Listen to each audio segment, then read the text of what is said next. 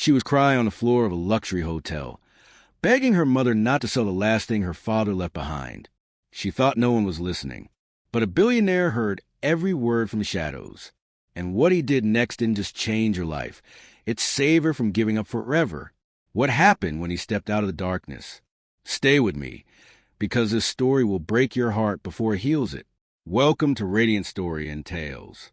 While you are here, please hit the subscribe button and comment your view on the story and where you are watching from. You know, sometimes life breaks us in the quietest ways, not with loud crashes or dramatic moments, but in small, silent corners where no one is watching. That's where our story begins.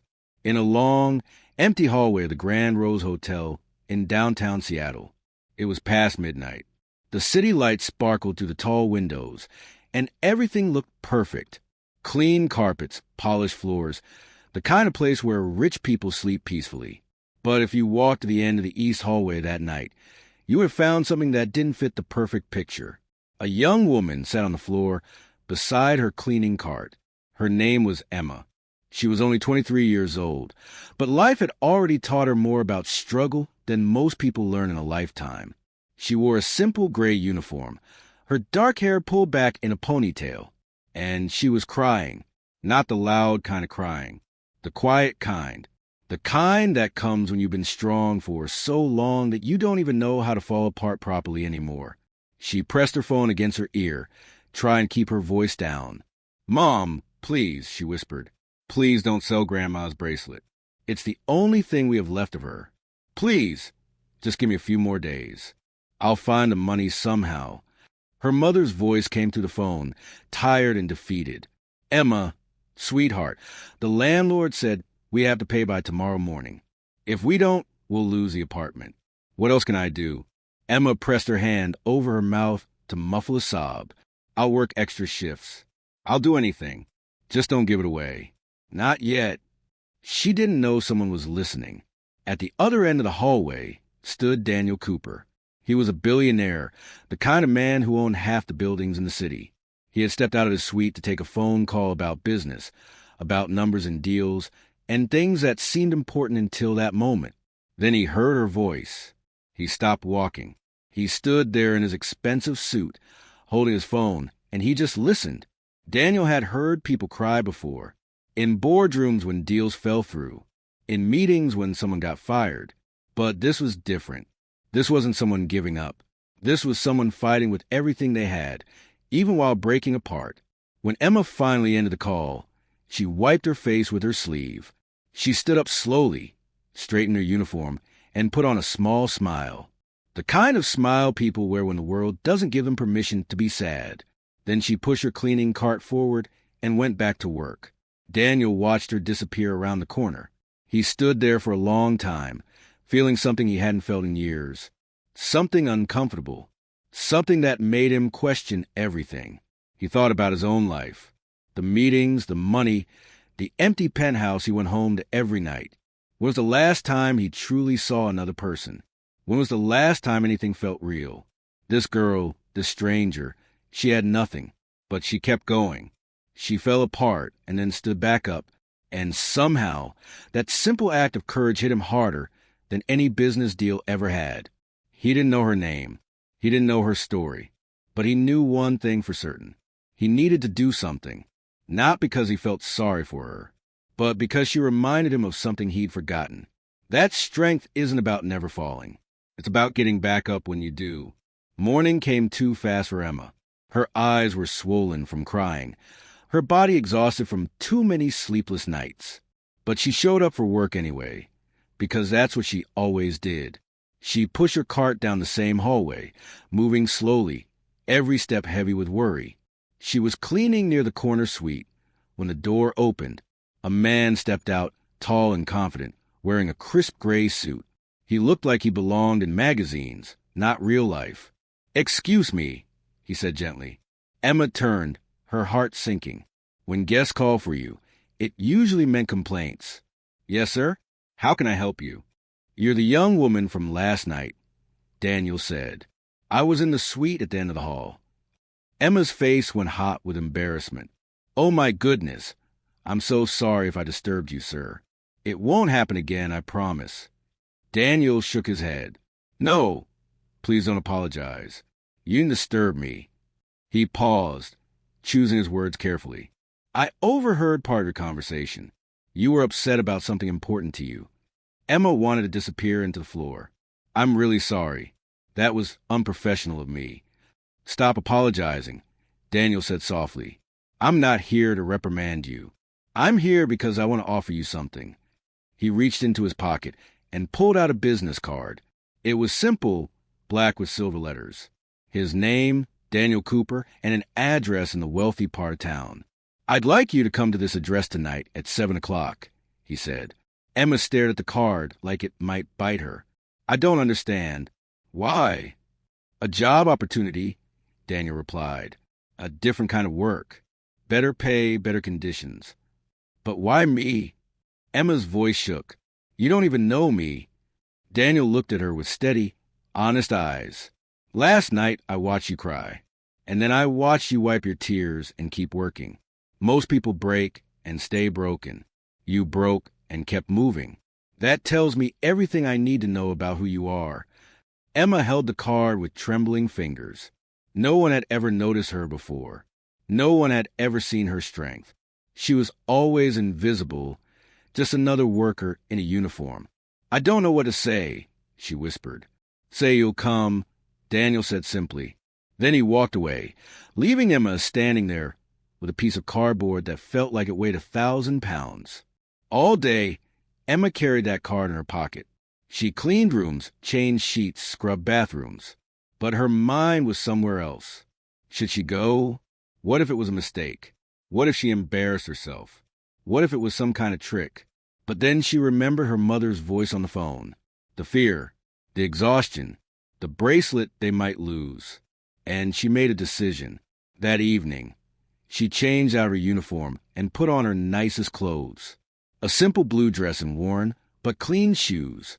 She looked at herself in the mirror and barely recognized the person staring back. Someone hopeful, someone scared, someone ready to take a chance. As she left for the address on the card, she whispered to herself, maybe tonight something changes. Maybe tonight I stop just surviving and start living. And with that thought, Emma stepped into the unknown, not knowing that this one moment of courage would change everything. The address led Emma to a neighborhood she'd only ever seen in movies. Wide streets lined with trees, beautiful houses behind iron gates, gardens that looked like paintings. Every home glowed with warm light, and the air smelled like flowers and fresh-cut grass. Emma stopped in front of a large gate covered in climbing roses. Her heart pounded so hard she could hear in her ears. This didn't feel real. This felt like a dream she was about to wake up from. She pressed a small button on the intercom. A beep, then a woman's warm voice came through. Good evening. You must be Emma. Please come in. Mr. Cooper is expecting you. The gate swung open slowly, revealing a stone path that curved through a garden. Emma walked forward on shaking legs, taking in everything. The flowers, the fountain, the beautiful old trees. It was like stepping into another world. A woman stood waiting at the front door. She looked to be in her 50s, with kind eyes and a gentle smile. She wore simple clothes, nothing fancy, but she carried herself with quiet dignity. Hello, dear. I'm Grace, the woman said. I take care of the house. Come inside, please. Emma followed Grace into the house, and her breath caught. She'd expected something cold and intimidating, like museums she'd seen on school trips. But this place felt warm. Soft lights, comfortable furniture, books everywhere. It smelled like cinnamon and old wood. Mr. Cooper will be with you in just a moment, Grace said, leading her to a small sitting room. Would you like some tea? Yes, please, Emma managed to say. Grace poured her a cup and placed it gently on the table. Relax, sweetheart. You're safe here. Those words almost made Emma cry. When was the last time anyone told her she was safe? She sat there, hands wrapped around the warm cup, trying to calm her racing thoughts. What was she doing here? Why would a billionaire help someone like her? Nothing about this made sense. Then the door opened, and Daniel walked in. But he didn't look like the businessman from the hotel anymore. He wore jeans and a simple sweater. He looked normal. Human. Emma, he said with a small smile. Thank you for coming. I wasn't sure you would. I wasn't sure either, she admitted. Daniel sat down across from her, and for a moment, they just looked at each other. Two strangers from completely different worlds. I want to offer you a position here, Daniel said, working as a household assistant. You'd help Grace with organizing, some light cleaning, sorting through old documents. Nothing too difficult. Emma blinked. Here? In this house? Yes. You'd live here. You'd have your own room, and you'd be paid weekly enough to take care of your family's needs. Emma's mind spun. I don't understand. Why would you do this for me? Daniel leaned forward, his voice gentle but serious. Because I see something in you, Emma. Something rare. You have strength that most people never find. And I don't want to give you charity. I want to give you a fair chance. But what if I'm not good enough? Emma whispered. What if I mess up? Then you learn and try again, Daniel said simply. That's what everyone does. Emma looked down at her hands. I still have my job at the hotel. I can't just quit. I already spoke to your manager, Daniel said. They've agreed to release you from your shifts if you accept this position. Emma's eyes went wide. You did all that? Before I even said yes. I told you, Daniel said with a slight smile. I don't do things halfway. The room fell silent. Emma could hear her own heartbeat, could feel the weight of this moment. This was real. This was actually happening. Mr. Cooper, she said quietly, I don't know if I deserve this. Daniel's expression softened. Emma, stop apologizing for surviving. You spent your whole life working hard and asking for nothing. Maybe it's time someone gave you something anyway. Tears filled Emma's eyes, but this time they weren't tears of sadness. They were something else. Something she hadn't felt in so long she'd forgotten what it was called. Hope. Okay, she whispered. Yes, I'll take the job. Daniel smiled, a real genuine smile that reached his eyes. Good. Grace will show you to your room. Grace led Emma upstairs and down a peaceful hallway. Everything was quiet and calm. No loud neighbors, no sirens outside, no stress pressing in from all sides. This will be your room, Grace said, opening a door. Emma stepped inside and stopped. The room was beautiful. A soft bed with clean white sheets, a desk by the window, a rug on the floor. Simple things, normal things. But to Emma, they felt like treasures. There was a note on the dresser in neat handwriting. Welcome home. If you need anything, just ask. You belong here. Grace. Emma's throat tightened. Grace, this is too much. Grace shook her head. No, dear, this is exactly what you deserve. You've worked hard your whole life. Now it's time to let yourself rest. I'm afraid I won't fit in here, Emma admitted. Grace stepped closer and spoke gently. This house isn't for perfect people, Emma. It's for people who are trying. And that's exactly what you are. When Grace left, Emma sat on the bed and let herself cry. Real tears this time. Not from sadness or fear, but from relief, from exhaustion, from the overwhelming feeling of finally being seen. She unpacked her few belongings and placed them carefully in the drawers. Everything she owned fit in half a dresser, but it didn't matter.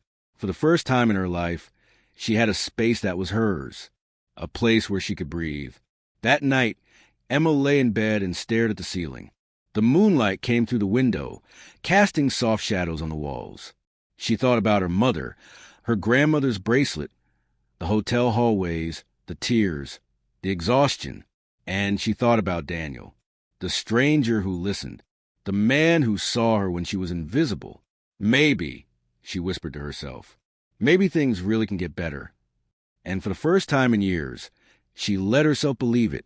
Emma woke before sunrise, confused for a moment about where she was. The soft bed, the quiet room, the gentle morning light. Then she remembered. She was here, in Daniel's house, starting a new life. She got up quickly, nervous energy filling her chest.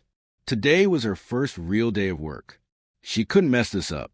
When she came downstairs, Grace was already in the kitchen, humming softly while preparing breakfast. The smell of fresh bread and coffee filled the air. "Good morning, sweetheart," Grace said with a smile. "Did you sleep well?" "Better than I have in years," Emma admitted. Grace handed her a simple list. "Here's what we'll work on today. Nothing overwhelming, I promise. Just small tasks to help you settle in." Emma looked at the list. Water the plants. Organize the mail. Help sort through some old files. Nothing scary. Nothing impossible. "Mr. Cooper takes his coffee black," Grace added. "But you won't be serving him directly. Just help me keep things running smoothly." By mid-morning, Emma found herself in a large room filled with boxes. Old papers, letters, photographs, journals. A label on one box read, "Personal family documents. Handle with care." She sat on the floor and began sorting through everything slowly, carefully. These weren't just papers. They were memories, pieces of someone's life. She didn't hear Daniel come in. "You're very focused," he said gently. Emma jumped. "Oh, I'm sorry I didn't hear you." "That's good," Daniel replied. "It means you care about what you're doing." He knelt beside her and picked up an old envelope. "My father kept everything," he said softly. "Every letter he wrote, every dream he had, every failure he faced.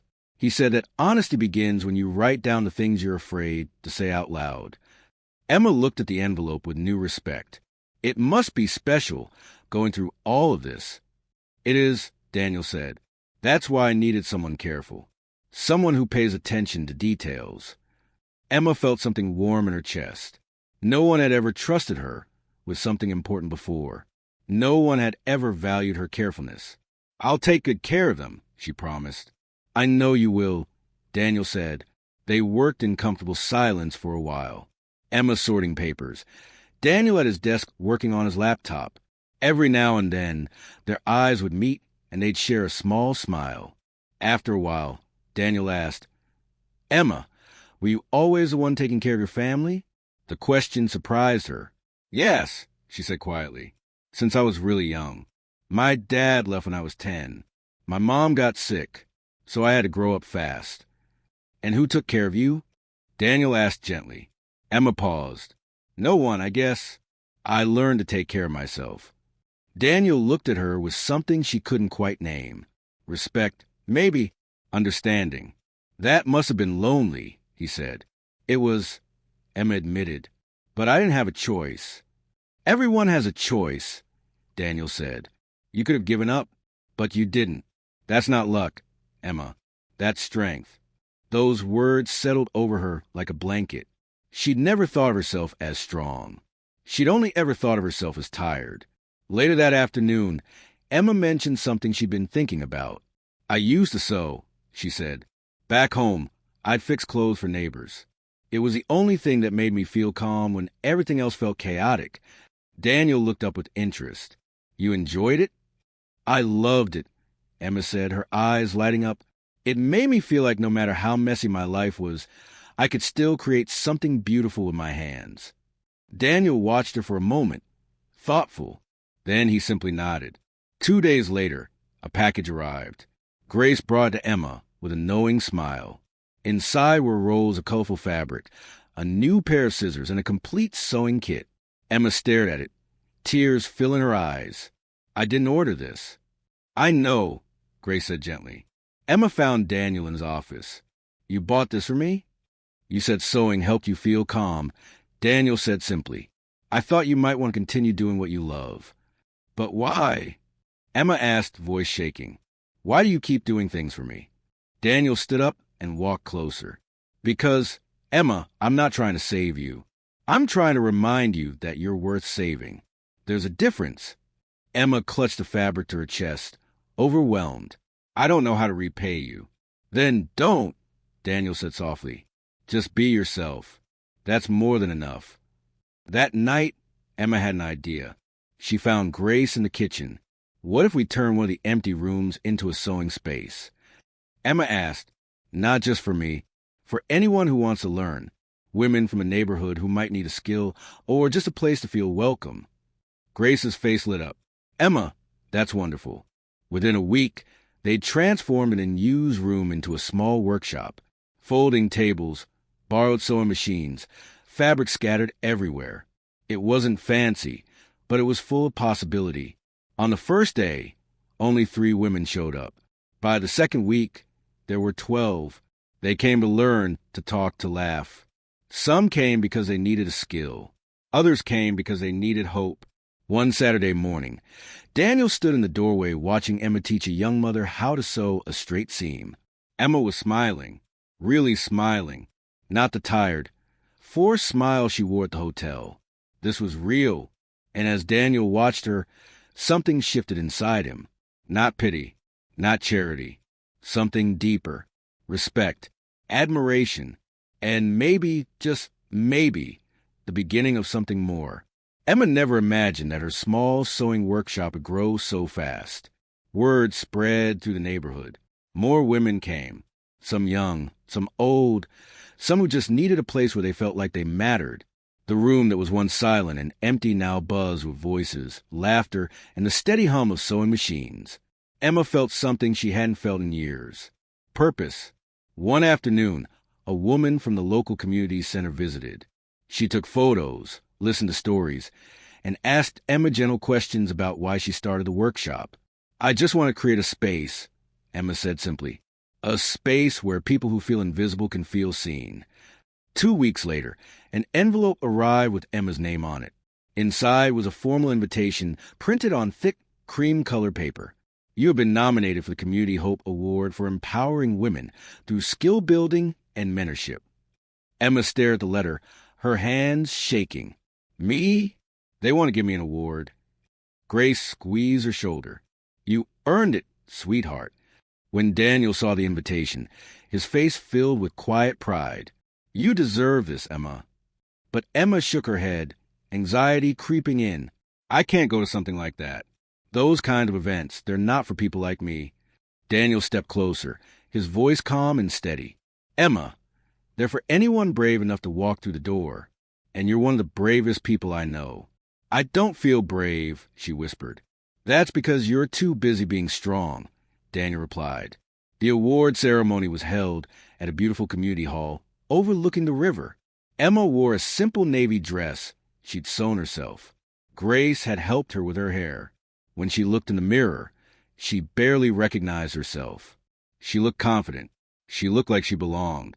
Daniel arrived separately, but the moment he entered the hall, his eyes searched for her. When he found her, he smiled. A small, private smile meant only for her. The ceremony began with music, speeches, and applause. Emma sat in the audience, her heart racing. She felt proud but also terrified. What if people judged her? What if they didn't think she deserved to be there? Then, during a video montage about the nominees, a photo flashed on the screen. Emma's breath stopped.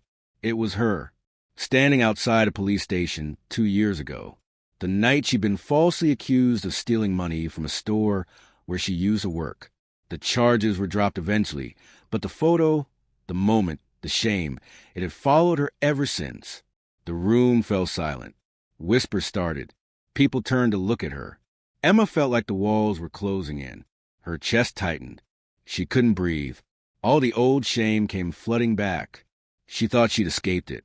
But it was here, in front of everyone. She started to stand, ready to run, ready to disappear. But then someone else stood up first. Daniel. The room went completely silent. Every eye turned to him.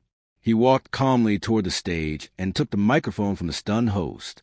His voice, when he spoke, was clear and strong. "Before anyone here judges someone based on an old photo," Daniel said, "you should know the truth." Emma's heart pounded. What was he doing? Daniel turned toward the screen where her photo still hung. That picture shows a young woman accused of something she didn't do, but it doesn't show who she really is. The room was so quiet you could hear people breathing. "It doesn't show the girl who worked 3 jobs to feed her family," Daniel continued. "It doesn't show the young woman who stood by her sick mother when everyone else walked away. It doesn't show someone who kept believing in goodness even when the world was cruel." People shifted in their seats, uncomfortable, uncertain. And it doesn't show the woman who started a workshop, Daniel said, his voice growing stronger. A place where people who felt forgotten could learn, grow, and heal. It doesn't show her kindness, her courage, her heart. He looked directly at Emma now, his eyes full of something she'd never seen before. If anyone here believes an old accusation defines a person's worth, he said softly, then you haven't met Emma. For a long moment, no one moved. Then, slowly, someone in the back began to clap. Then another person. Then another. Soon the entire hall erupted in applause. Emma stood there, tears streaming down her face. Not from shame this time, but from something she'd never felt before. Dignity, acceptance, freedom. Daniel walked down from the stage and approached her. He didn't say anything. He just held out his hand. Emma took it without hesitation, and together, they walked out of that hall, leaving the whispers and the judgment behind. Outside, the cool night air washed over them. Emma finally let herself breathe. You didn't have to do that, she whispered. Yes, Emma, Daniel said firmly. I did. She looked up at him, tears still wet on her cheeks. Why? Why do you keep standing up for me? Daniel's voice was gentle but certain. Because I wanted you to know you don't have to fight alone anymore. And in that moment, Emma realized something. She wasn't just surviving anymore. She was living, really living. The weeks after the ceremony felt different, lighter somehow. Emma walked with her head higher. The women in the workshop noticed it too. You seem different, one of them said while threading a needle. Happier. Emma smiled. I think I finally stopped running from my past. The workshop continued to grow. With help from community donations and Daniel's quiet support, Emma was able to move the program into a larger space. An old bookstore that had closed down was transformed into something new. They called it the Bright Thread, a place for new beginnings. On the day of the grand opening, the mayor came. Neighbors filled the space. Women brought their daughters. The room overflowed with hope and possibility. Emma stood at the front of the room, nervous but steady. She gave a short speech, speaking from her heart. I started this because I know what it feels like to be invisible, she said. To work hard and never be seen. To have dreams but no one who believes in them. This place is for everyone who's ever felt that way. You're seen here. You matter here. You belong here. The applause was thunderous. When Emma stepped down, Daniel was waiting for her at the side of the room. I'm so proud of you, he said softly. I'm proud of us, Emma replied. Daniel took a slow breath, then reached into his pocket. He pulled out a small velvet box. Emma's breath caught. He opened it carefully. Inside was a ring. Simple, elegant, with a small diamond that caught the light. Emma, Daniel said quietly, I'm not asking you to marry me because I helped you or because I feel sorry for you. I'm asking because somewhere along the way, you became the person I can't imagine my life without. Emma's eyes filled with tears. You remind me every day what real strength looks like, Daniel continued. What kindness looks like. What courage looks like. And I want to spend the rest of my life walking beside you, not ahead of you, not behind you, but beside you. He looked at her with complete honesty. Will you marry me? Emma didn't hesitate. She didn't doubt. She didn't look around for permission. Yes, she whispered. Yes, Daniel. 1,000 times yes. He slipped the ring onto her finger, and the people around him erupted in cheers and applause. But Emma only heard her own heartbeat, only felt Daniel's arms around her, only knew that this moment was real. Later that evening, after everyone had gone home, Emma and Daniel sat together on the porch of his house. Their house now. The stars were bright above them. The air smelled like roses from the garden. Do you ever think about that night? Emma asked, the night you heard me crying in the hotel hallway? All the time, Daniel admitted. What made you stop? Emma asked, what made you listen? Daniel thought for a moment. I think I was tired, he said. Tired of living in a world where no one really saw each other, where everyone was too busy, too distracted, too numb. And then I heard you, really heard you, and I realized I've been sleepwalking through my own life. Emma leaned her head on his shoulder. You saved me that night. No, Daniel said gently. You saved yourself. I just reminded you that you could. They sat in comfortable silence, the kind that only comes when two people truly understand each other. What do you think happens next? Emma asked. Daniel smiled. I think we build something beautiful. Together. And that's exactly what they did. You know, this story isn't really about a billionaire and a maid. It's not about money or status or even romance. Not really. It's about something deeper. It's about being seen. Emma spent her whole life invisible, working hard, carrying her family, doing everything right and still being overlooked, until one person stopped and listened. One person saw her strength when she thought she had none. And Daniel, he had everything except the thing that mattered most: connection, purpose, someone who saw him not for his money, but for his heart. They found each other in a hallway where Emma was breaking and Daniel was listening. And from that one moment of human connection, two lives changed forever. So if this story touched you tonight, remember this. You never know when one moment of kindness might change someone's entire world. You never know when stopping to listen might save someone who's drowning. And if you're the one who's struggling right now, the one who's crying your own hallway, remember Emma. Remember that your strength, even when you're breaking, is more powerful than you know. Keep going. Keep believing. Keep sewing your dreams together one stitch at a time. Because somewhere out there, someone is listening. Someone sees you. And your story isn't over yet. It's only just beginning. If this story moved your heart, let us know in the comments. Tell us where you're watching from tonight. And don't forget to subscribe for more stories that remind us all what it means to be human. Until next time, stay kind, stay hopeful, and keep believing in second chances.